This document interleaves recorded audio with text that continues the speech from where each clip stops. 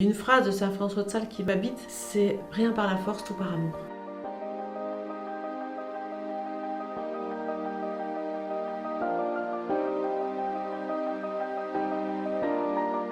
Avec beaucoup de questions en permanence dans la tête.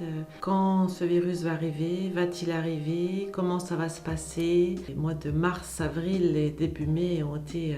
J'avais beaucoup de questions dans la tête. Ce questionnement était bien sûr quand j'étais au travail essentiellement, et quand je rentrais à la maison, c'était le moment de trouver un peu de sérénité, de paix, de confiance. Et avec mon mari, il m'attendait et on a passé beaucoup de temps à la grotte de Lourdes virtuellement avec le chapelet à Lourdes, avec différentes propositions qui étaient faites.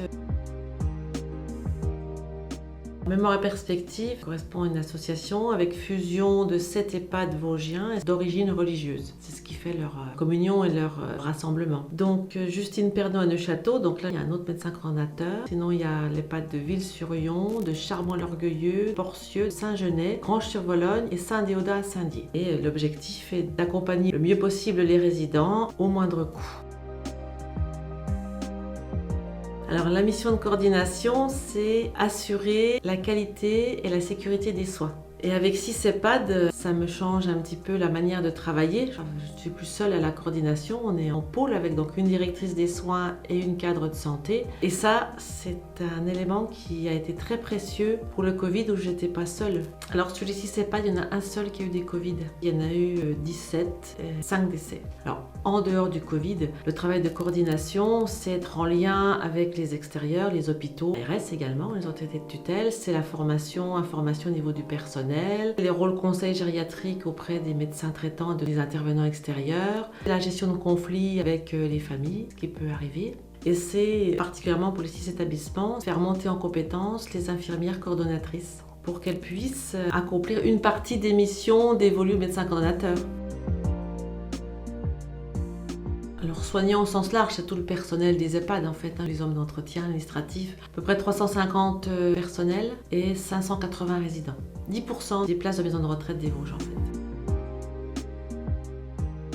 C'est les accompagner en essayant de répondre au mieux à leurs besoins, à leurs attentes. Je dis au mieux parce qu'on ne peut pas tout faire en fonction du personnel qu'on a, des possibilités qu'on a, et de les amener jusqu'au bout de leur vie. Quand ils sont à domicile, le risque c'est l'isolement, quand il n'y a pas beaucoup de familles. Les Vosges c'est quand même très rural, dans les villages ou même en ville, ils peuvent se trouver un petit peu isolés. Donc à mon avis, essayer de les repérer et de s'assurer régulièrement qu'ils vont bien.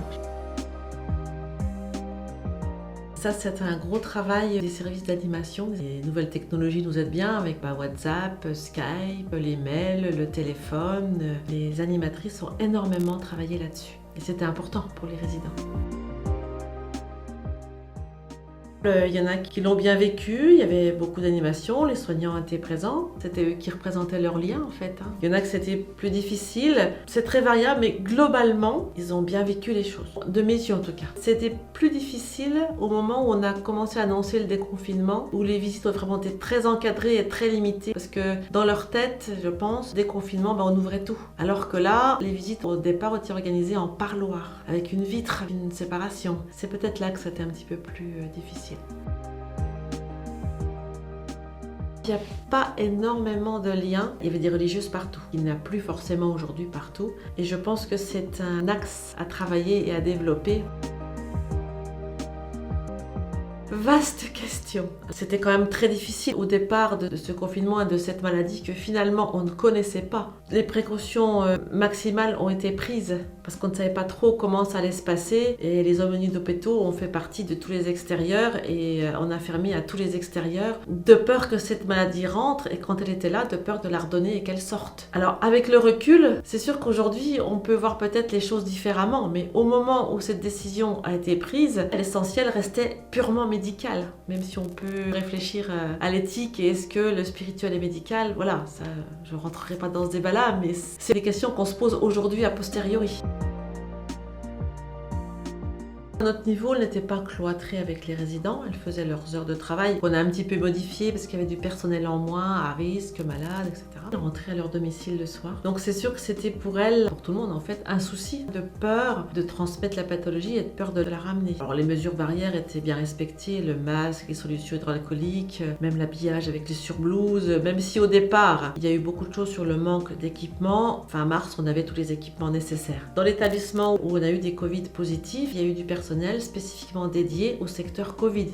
Des volontaires, vraiment il y a du personnel volontaire pour aller travailler 12 heures dans ce secteur. À notre niveau de la coordination et du pôle soins, nous avons accompagné en essayant de les écouter, de réfléchir aux meilleurs moyens d'accompagner les personnes. La porte était toujours ouverte si elles voulaient parler un petit peu.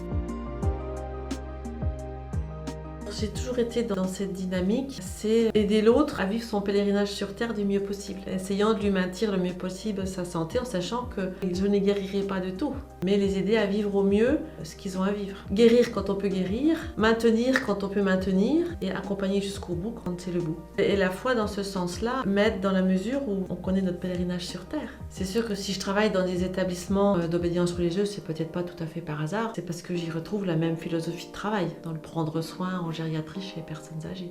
La gériatrie étant le parent pauvre, je vais dire, de la médecine. Alors que la gériatrie est l'activité principale de la médecine, au sens large. Plus on avance dans l'âge, plus la santé peut un petit peu s'altérer. Durant ce Covid, j'ai vraiment senti beaucoup, quelque part, la présence de l'Esprit Saint et au travers de la prière des autres. J'ai eu énormément de messages de personnes qui me connaissaient, de gens de la paroisse où je suis. Et je sentais vraiment cette présence priante alentour. Et ça, c'est vraiment quelque chose qui était... C'est pas que la foi personnelle, c'est la foi communautaire. Enfin, je crois que la foi personnelle, je sais pas si ça a beaucoup de sens, mais vraiment ressenti cet aspect communautaire. Mon mari est diacre et pendant que moi j'étais au travail, lui il avait sa liste de personnes à téléphoner. Je voulais ces petites croix là où il avait téléphoné régulièrement aux personnes isolées et seules à domicile. Et au niveau du travail, c'est aussi ce travail en équipe. Très important, c'est à souder un petit peu l'équipe. J'ai écrit un article pour le bulletin de la paroisse et j'aime beaucoup Saint François de Sales. Et une phrase de Saint François de Sales qui m'habite, c'est « Rien par la force, tout par amour ». C'est comme ça que j'ai un peu conclu cette période, cet article.